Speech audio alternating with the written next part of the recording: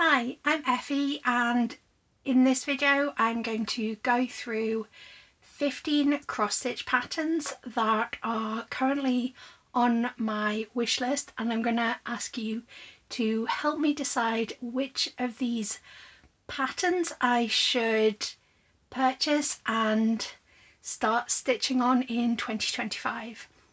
If you have come to this video because you watch my bookish content, you might be like, Effie, what's this all about? You usually make bookish content.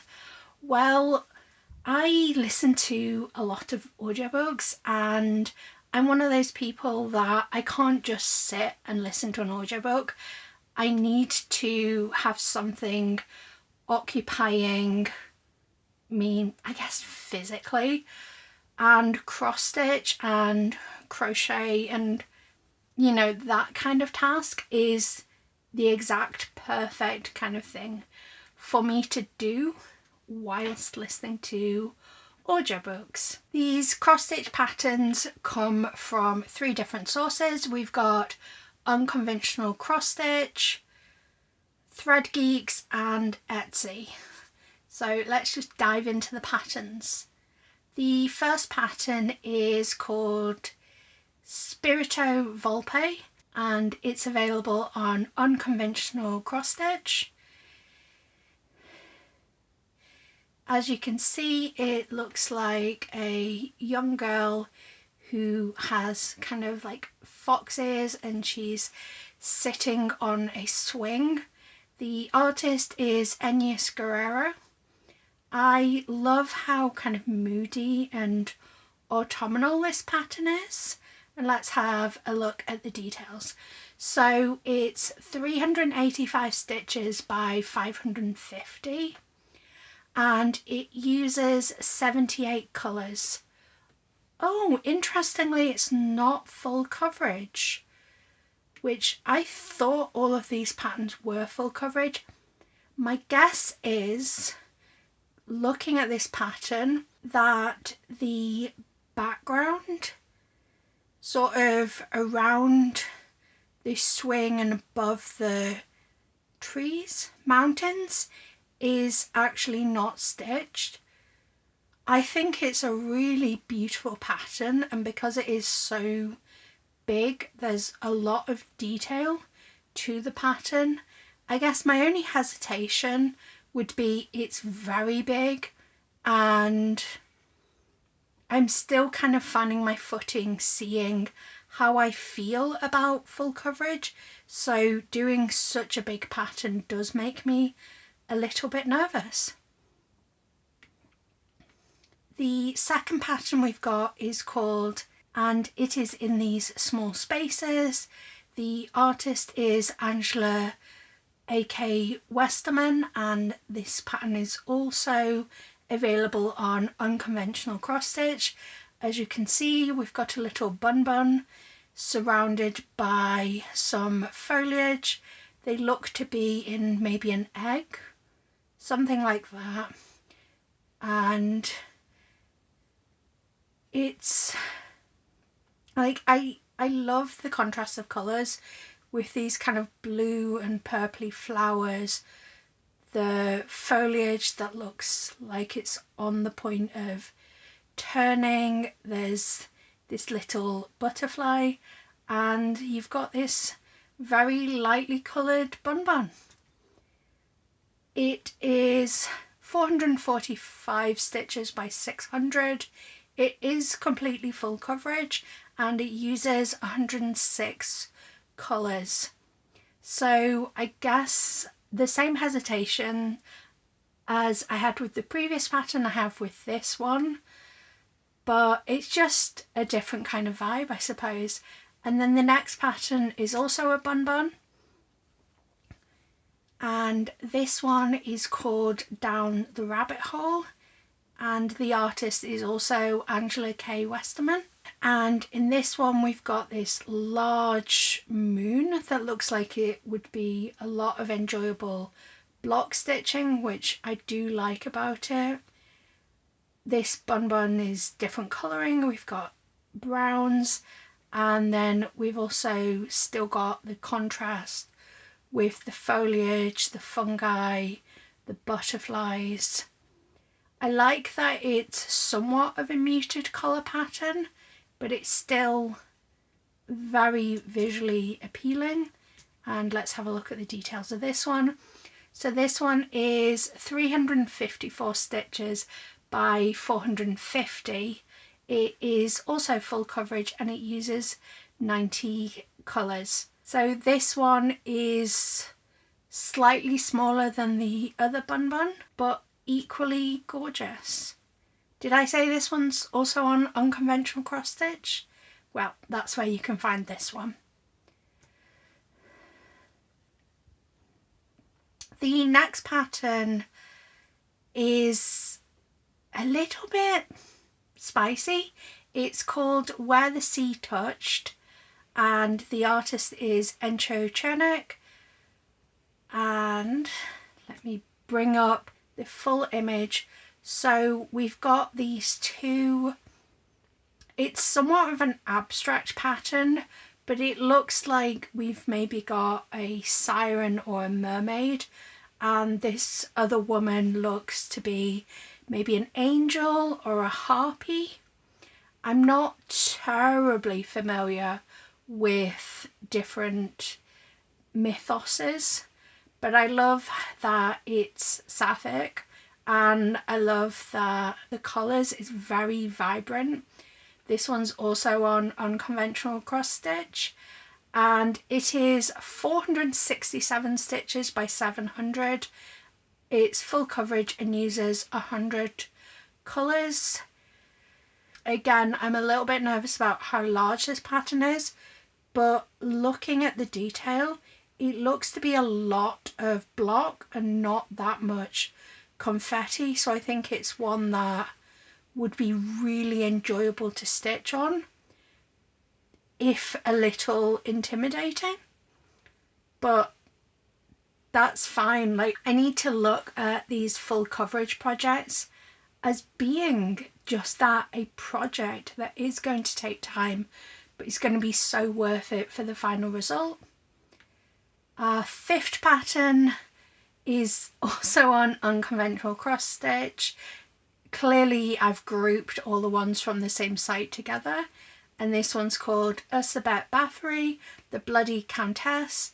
The artist is Valentina Girardi, and it is 280 stitches by 400.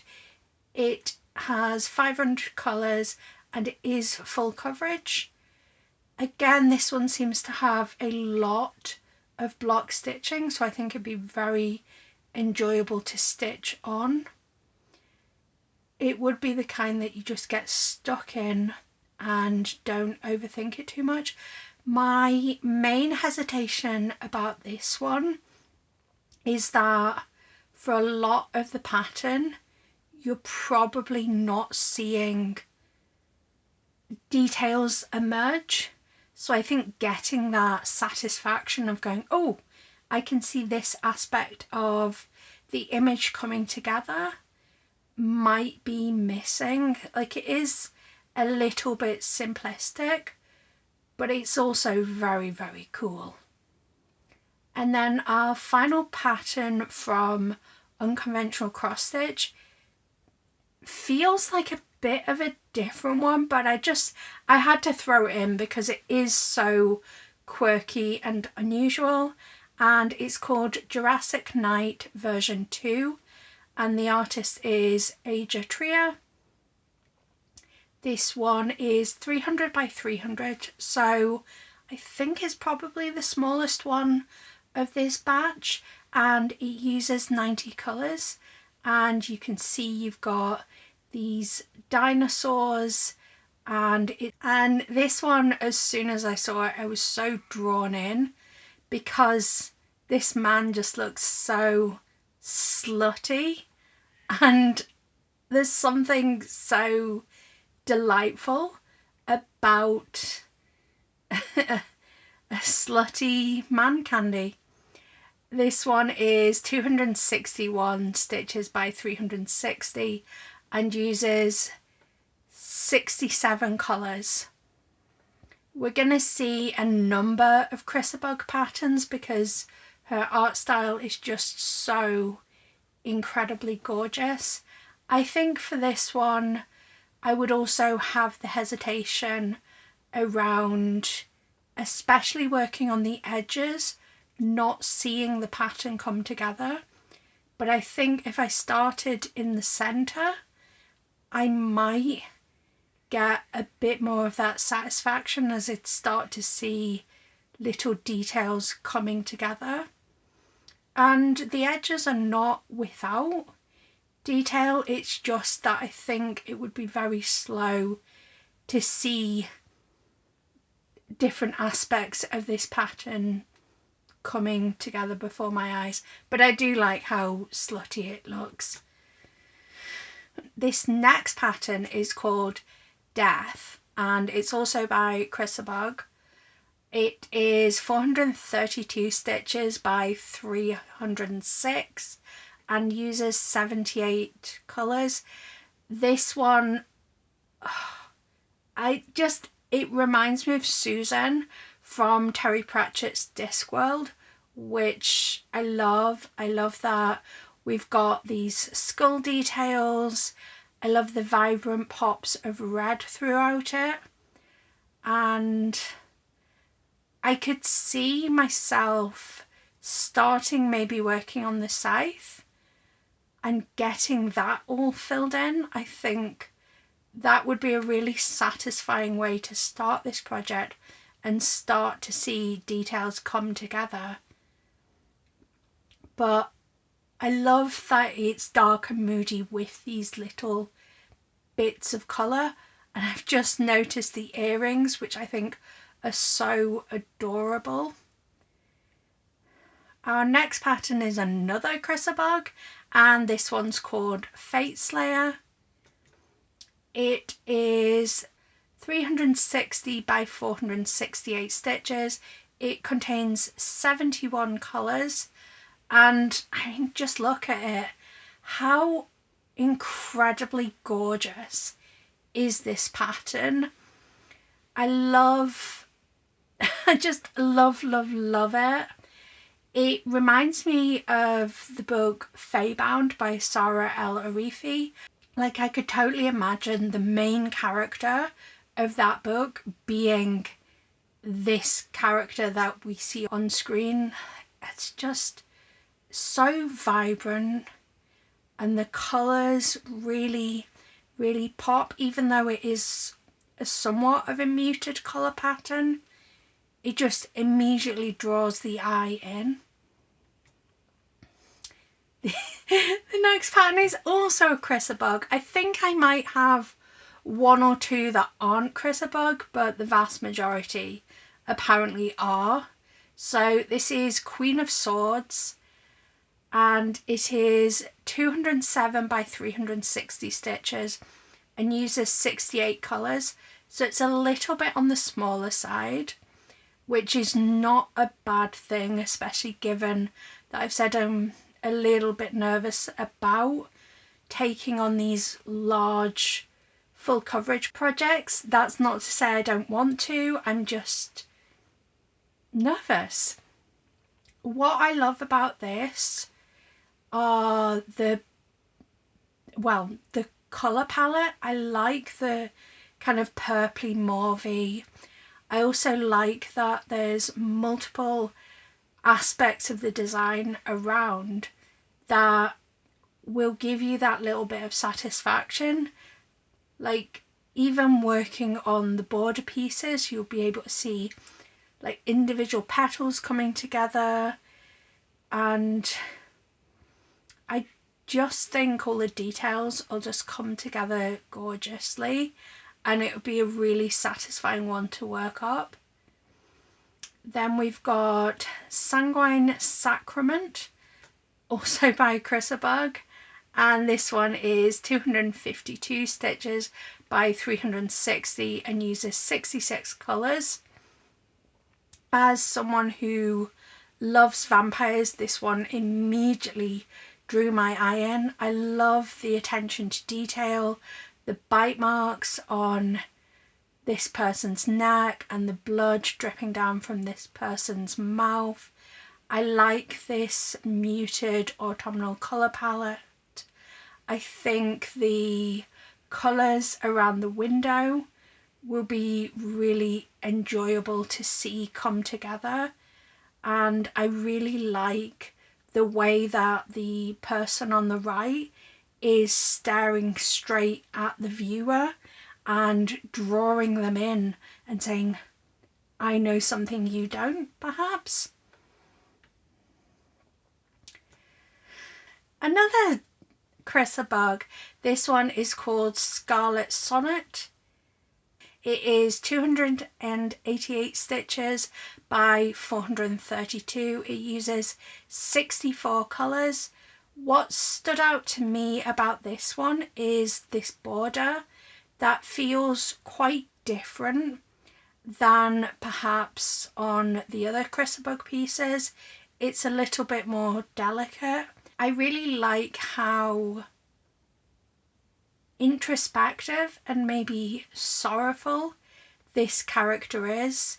I feel like they have faced something and they are working through it. I think the red of this pattern adds that beautiful pop of colour, and I just want to know this character's story. Then we've got our only Thread Geeks pattern that isn't Crisabug. This one is Cat Fedora and it's called The Little Witch. This pattern is 261 stitches by 324 and uses 90 colours. This pattern I feel like my best friend would adore, because she's really into witchy things, but there's something so delightful about the bright, vibrant colours. As much as I love the Crisabug patterns that I picked out and their muted palette, there's something quite enjoyable about how colourful this is, and there's a playfulness to the witchy character, and I love that little cat just staring up at the witch. So there's so much to enjoy about this pattern. I also think that you've got a lot of little details throughout the whole pattern, so again it's probably going to be one of those where you will see details coming through quite quickly and you'll be able to immediately go, oh, I've managed to get that bit of the design achieved. And then our last two patterns are from Etsy. This one I threw in for a bit of variety because I had quite a lot of just character patterns. So this is Lord of the Rings Gates of Argonath stained glass, and it's by X Stitch PDF Patterns, and obviously it is inspired by Lord of the Rings. This pattern is 286 stitches by 400. Let's see if it says how many colours. It does not, but just looking at the image I would say that this is going to have quite a lot of colours to it, but that's not something I dislike. It looks to have a lot of areas of block stitching, which I think are gonna make it an enjoyable project to work through. Not that I dislike confetti, but there's something so nice about being able to work mindlessly back and forward and fill in block colour. And then our final pattern is called Lady in Red, and it is by Thousands Pattern. And let's have a look at the details. I think this is the smallest one. This is 165 stitches by 165. It uses 26 colours plus 6 blends. and I believe this is the only one of the patterns that uses full cross stitch and half cross stitch, as well as French knots and back stitch. I really like the level of detail that this pattern has. Like, clearly the back stitch is adding an additional element, so all of the fine details really stand out in this pattern. And whilst it's not explicitly vampy, it has a kind of vampy feel to it. I also really like the skeleton behind it. So those are the 15 cross stitch patterns that are at the top of my wish list. Please comment down below what number pattern you think I should start next year, and I'm very excited to see what the result of that will be. Thank you for watching. Until next time, love you.